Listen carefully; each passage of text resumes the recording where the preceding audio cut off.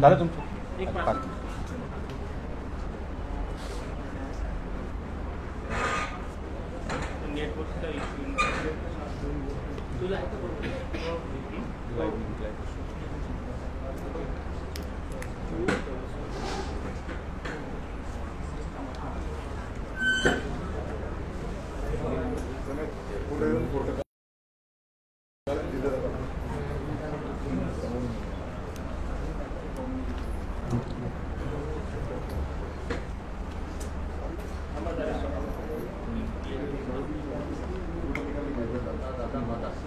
आणि तो तिकडे ठेवणार आहे त्याच्यात काही आवाज येते काय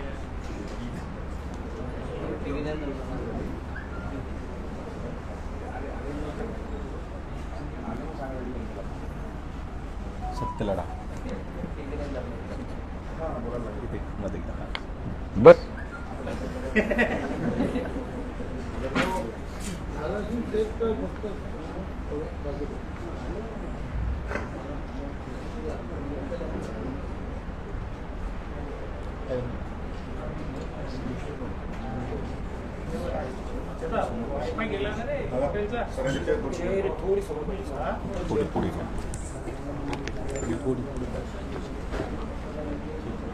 वाईफाई आली का?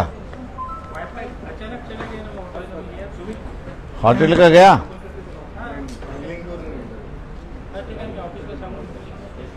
आमची फेसबुक पेजवरती आमची लिंक आहे ती उचला. हां, पक्षाच्या पेजची लिंक आहे ती उचला. उचलला ना?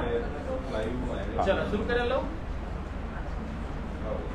ठीक आहे सर, स्टार्ट कर सुरुवात कर. स्वागत. वंचित बहुजन आघाडीच्या वतीने आयोजित आजच्या या महत्त्वाच्या पत्रकार परिषदेत सर्व पत्रकार बंधू भगिनींचं हार्दिक स्वागत आहे.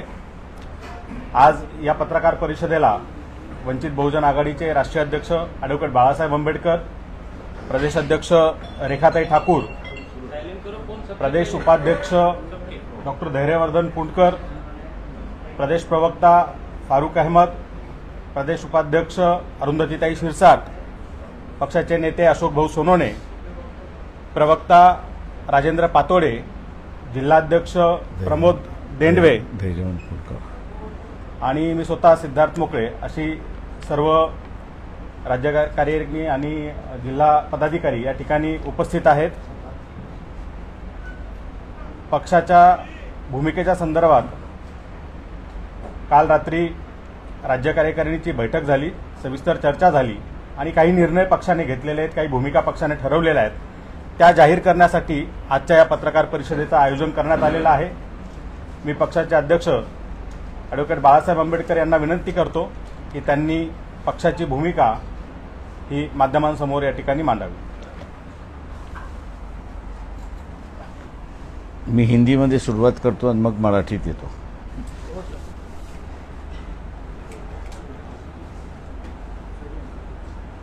कल महाराष्ट्र स्टेट कमेटी की बैठक हुई. उस बैठक में कुछ निर्णय हुए कि जिसकी मैं जानकारी आपको दूंगा, लेकिन उसके पहले कल जो है जरांगे पाटिल इनके साथ में बातचीत हुई. उस बातचीत करते समय फारूक अहमद और किशन चौहान ये दोनों मेरे साथ में थे. दोनों स्टेट कमेटी के मेंबर्स हैं. विस्तार से बातचीत हुई और विस्तार से बातचीत होने के बाद तय कर लिया गया कि ओबीसी समूह को जो है, जो उम्मीदवारी नहीं दी जाती थी, जो गठबंधन उनके साथ में होने जा रहा है, उसमें ओबीसी की गठबंधन होगी. दूसरा जो है मुस्लिम समुदाय जो समाज है उनको उम्मीदवारी नुमाइंदगी दी जाएगी. जैन समाज को भी वैसे उम्मीदवारी दी जाएगी. बदलाव की जो राजनीति है, उस बदलाव के राजनीति को नए आयाम से शुरुआत करना ऐसी वहां पर चर्चा हुई और ज्यादा से ज्यादा उम्मीदवार जो है वो गरीब समाज से हो और उनको ही अपन लोग आगे लाएंगे, ऐसी एक परिस्थिति हुई। पहले फेज के जो उम्मीदवार है वंचित के जो है उनका समर्थन जरांगे पाटिल का है। 30 तारीख को जो है उन्होंने अपने संगठन के माध्यम से, अपने लोगों के माध्यम से इलेक्शन में किस तरह हिस्सा लेना और उसमें क्या भूमिका लेना, इस पर जो लोगों से राय मांगी है, इसलिए उन्होंने कहा कि 30 तारीख तक अपन इसका फैसला ना करें तो अच्छा है। उस बात को हम लोग ने मान लिया है और 30 तारीख के बाद जो सीटें अभी हम लोग यहां पे अनाउंस करेंगे, बाकी के सीटों पर जो है दोनों मिलके फैसला करेंगे, ऐसी एक परिस्थिति है। दोनों की तरफ से किसी भी कैंडिडेट को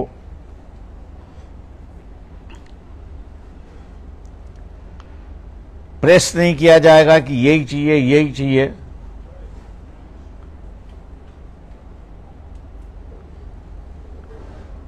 लेकिन जो साफ सुथरी है,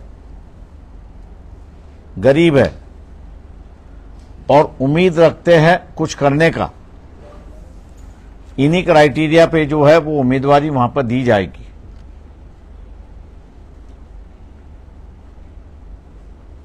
जो लिस्ट है बाकी के सीटों का जो है वो 2 तारीख तक फाइनल हो जाएगी, ताकि 4 तारीख के जो उम्मीदवार, आखिरी दिन के जो उम्मीदवार है, उनको फॉर्म भरने का मौका मिले, ऐसी एक परिस्थिति है।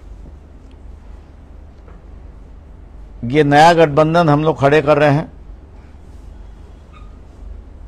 जो हमारे साथ आना चाहते थे उनसे भी हमने कहा था कि भैया जरांगे पाटिल का जो फैक्टर है उसको इग्नोर करके नहीं चल सकते। मानने के लिए तैयार नहीं थे। वंचित बहुजन आघाड़ी का इस्तेमाल जो है वो परिवारवाद बचाने के लिए इस्तेमाल करना चाहते थे, कि जिसको हमने पूरी तरह से रिजिस्ट किया है। हम लोग इस बात को जानते हैं कि काफी बड़ी आलोचना होगी, लेकिन लोगों की अगर नस में अगर जानता हूं, अगर पहचान सकता हूं, तो आम जनता को परिवर्तन की जरूरत है। और वो परिवर्तन इसलिए चाहिए क्योंकि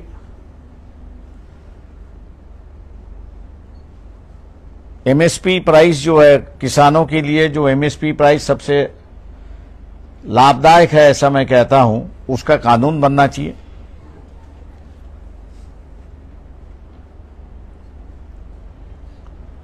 दूसरा जो बातचीत हुई वहां पर एग्रो इंडस्ट्री, कॉटेज और एग्रो इंडस्ट्री, इसको बढ़ावा देने की जरूरत है, जिससे एम्प्लॉयमेंट और ग्रामीण उद्योजक उससे निर्माण हो। ऐसे कई प्रोग्राम जो है जिन पे चर्चा हुई, सकारात्मक चर्चा हुई, और हम लोग ये मान के चलते हैं कि ये जो जरांगे पाटिल और उनके संगठन के साथ का मेलजोल जो है, क्योंकि मैं समझौता नहीं कह सकता हूं, क्योंकि उन्होंने कोई पार्टी बनाई नहीं है, ना बनाना वो चाहते हैं। इसलिए ये जो सामाजिक गठबंधन हो रहा है, जिसको हम लोग एक राजनीतिक आयाम देने जा रहे हैं, लोग इसको स्वीकारेंगे और बदलाव का जो माहौल है, आज भी जो है खरीद फरोश यहां से वहां चलने की उम्मीद पूरी तरह से चली है। हम लोग ये मान के चलते हैं कि इस समझौते के माध्यम से एक नई राजनीतिक शुरुआत होगी, नीतिमत्ता की राजनीति वहां पे शुरुआत होगी, मूल्यों की राजनीति शुरुआत होगी और आम आदमी के सवालों को एड्रेस करने की राजनीति यहां पे शुरुआत होगी। ऐसा उम्मीद हम लोग करके चलते हैं। मैं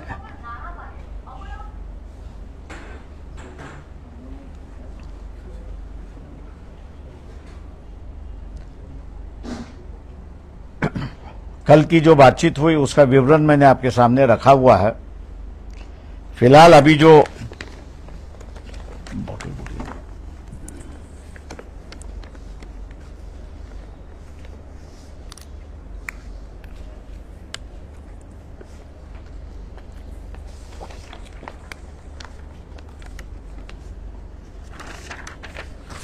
फर्स्ट फेज के जो उम्मीदवार है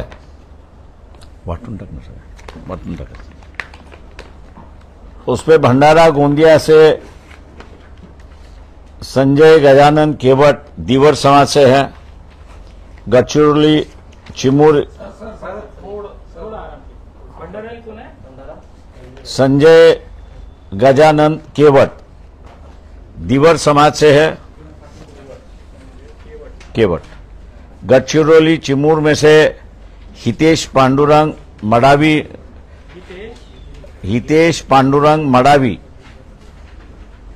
गोंड समाज से है। चंद्रपुर से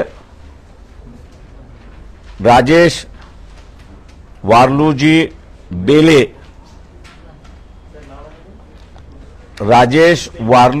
बेले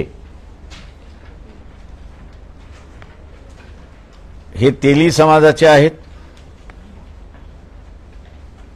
बुलढाणा वसंत राजाराम मगर जी हैं, माली समाज के हैं। वसंत राजाराम मगर माली समाज के हैं।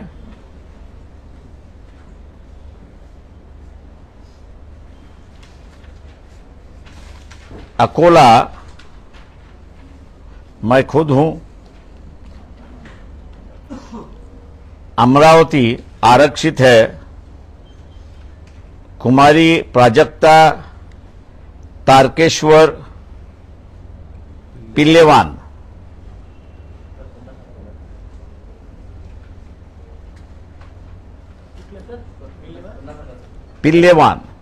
कुमारी प्राजक्ता तारकेश्वर पिल्लेवान।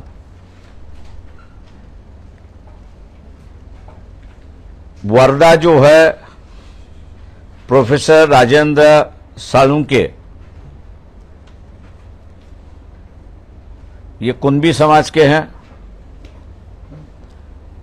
यवतमाल वाशिम खेम सिंह प्रतापराव पवार, ये बंजारा समाज में से हैं।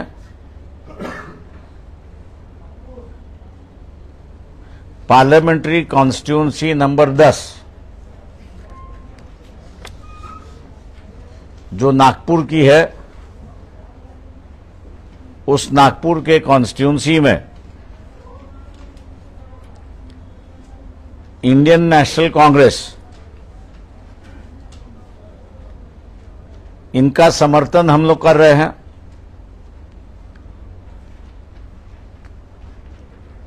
दूसरी बात जो कल के राज्य की कमेटी में डिसाइड हुआ, ओबीसी बहुजन पार्टी ये गठित हो चुकी है।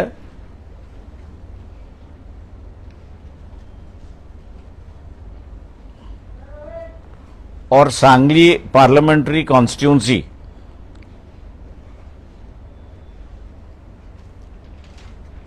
उनका तय नहीं है, लेकिन वो प्रकाश शेंडगे अगर कॉन्टेस्ट करते हैं तो उनको हम समर्थन दे रहे हैं। वैयक्तिक त्यांना कंप्लीट होतं. और रामटेक कॉन्स्टिट्यूंसी के जो उम्मीदवार है पार्टी की ओर से, उनकी अनाउंसमेंट आज शाम को 4 बजे की जाएगी.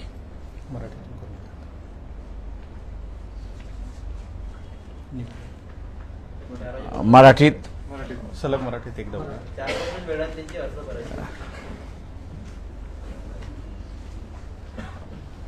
वंचित बहुजन आघाडी राज्य कमिटीची काल बैठक झाली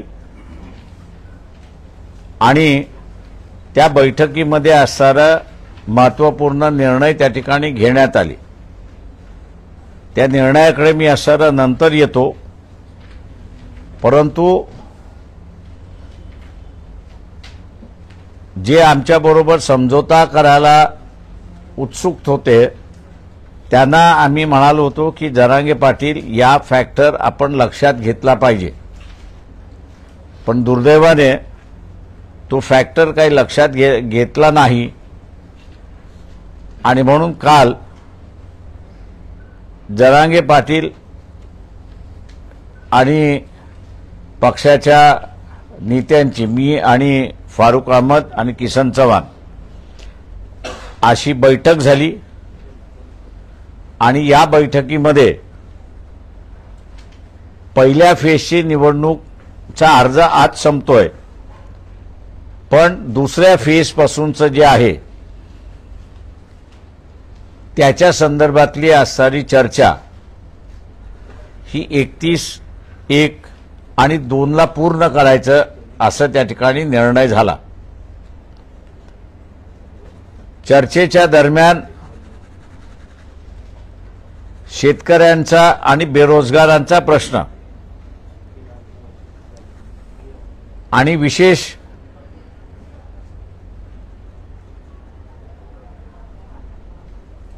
ॲग्रो इंडस्ट्री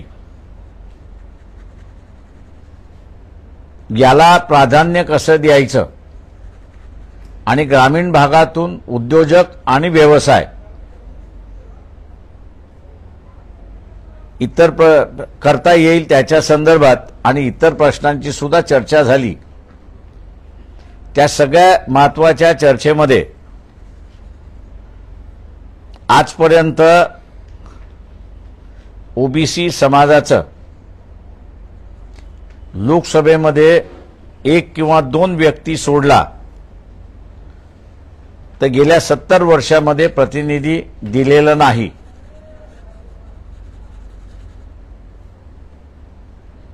तेव्हा यावेळेस ओबीसी भटके विमुक्त हा फॅक्टर लक्षात घेता या समूहातून उमेदवारी द्यायची आणि त्यांना जिंकूनही आणायचं. दुसरा, बीजेपीने जे मुस्लिमांचं आयसोलेशनचं राजकारण सुरुवात केलंय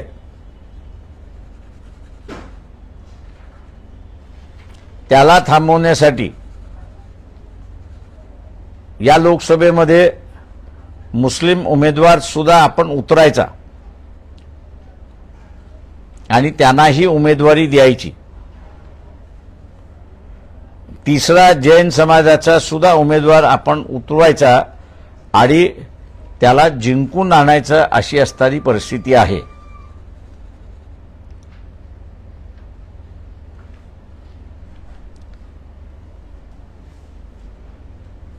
महाराष्ट्रामध्ये उपेक्षितांची, वंचितांची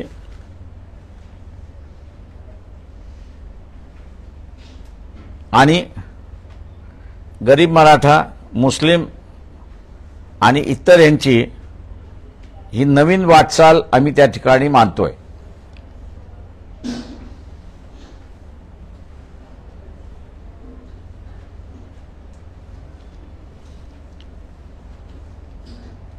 या वाटचालीला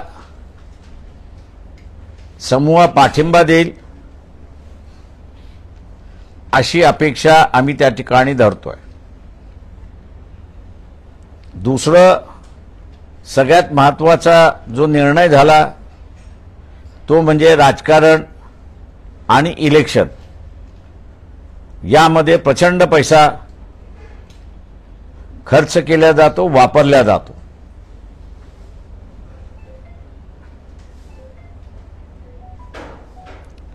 आणि त्यामुळे निवडून गेल्याची बांधिलकी ही मतदाराबरोबर राहत नाही,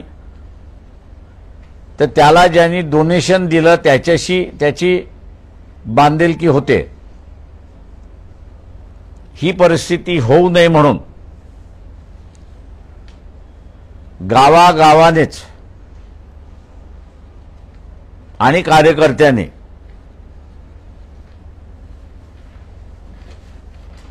प्रचार सुरुवात केला पाहिजे।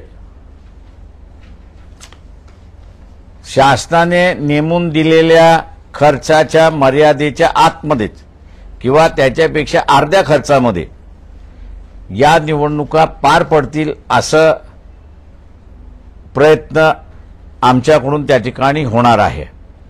पैशाचा रोल हा इलिमिनेट करता येणार नाही, पण मिनिमाइज करण्याची कालचा निर्णय आमचा त्या ठिकाणी झाला, जेणेकरून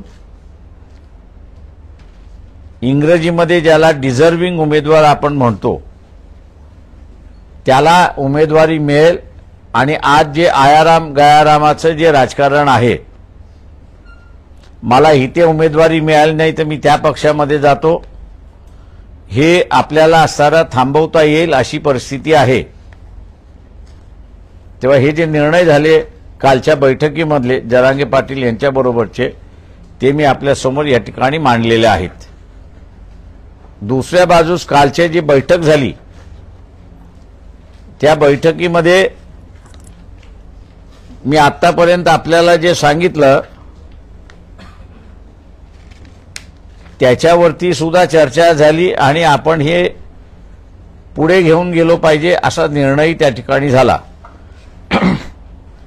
दुसरं, पहिल्या फेजमधले जे उमेदवार आहेत त्यांची नावंही निश्चित करण्यात आलेली आहेत।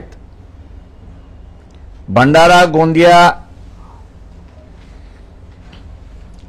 मतदारसंघामध्ये संजय गजानन केवट दिवर समाजाचे आहेत।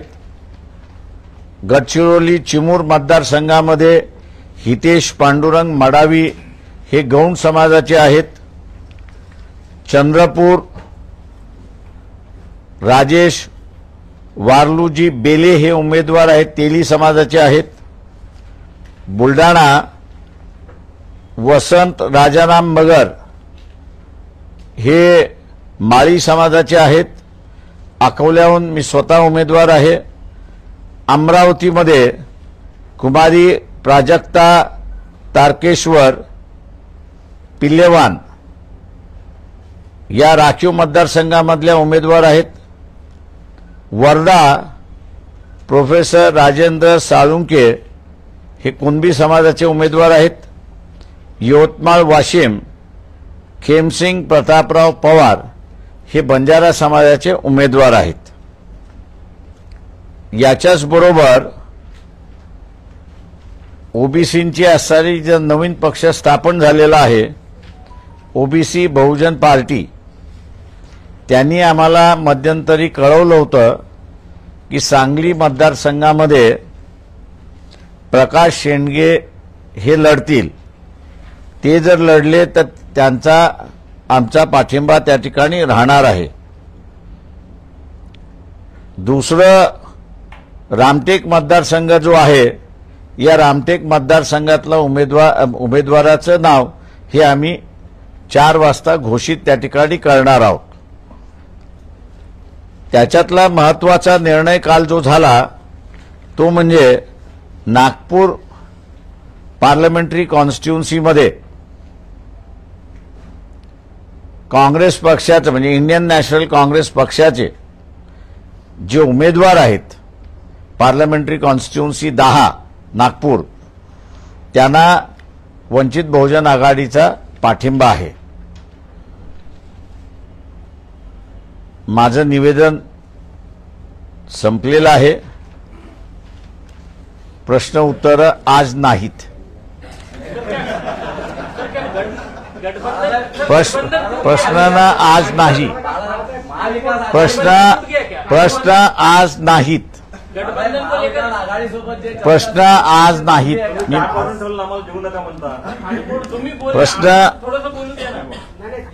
प्रश्न प्रश्न जे आहेत आज नाहीत. आज जे आहे ते एवढंच जाऊ द्या. पक्षाने घेतलेले जे जे निर्णय आहेत ते निर्णय लोकांपर्यंत जाऊ द्या. ते लोकांपर्यंत पक्षाचे प्रश्न जे आहेत उद्यापासून तुम्ही आणि मी याच शहरात आहोत तेव्हा आपण ते घेऊ शकतो. थँक्यू. गठबंधन है ये टूट गया, ये चल रहा है कि वेट एंड वॉच है. मी thank you very much. Thank you very much. आज या ठिकाणी पत्रकार परिषदेला उपस्थित असलेल्या काय समजावं सर, सर्व आम्ही काय समजावं? पत्रकार बांधवांचे आम्ही समजावं का? आभार मानतो आणि सर्वांना विनंती करतो की पक्षाने रात्री उशिरापर्यंत बैठक घेऊन जे निर्णय घेतलेले आहेत ते जनतेपर्यंत पोहोचणं गरजेचं आहे आणि आमचं माध्यम तुम्ही आहात. त्यामुळं हे निर्णय जनतेपर्यंत पोहोचवा ही आम्ही तुम्हाला विनंती करतो. प्रश्नोत्तरांसाठी बाळासाहेब अकोल्यात आहेत. प्रवक्त्यांची अख्खी फळी तुमच्यासाठी तयार आहे. आजचा दिवस फक्त ही माहिती तुम्ही लोकांपर्यंत पोहोचवा. थँक्यू. चला. येस. थँक्यू. चला या. आभारी.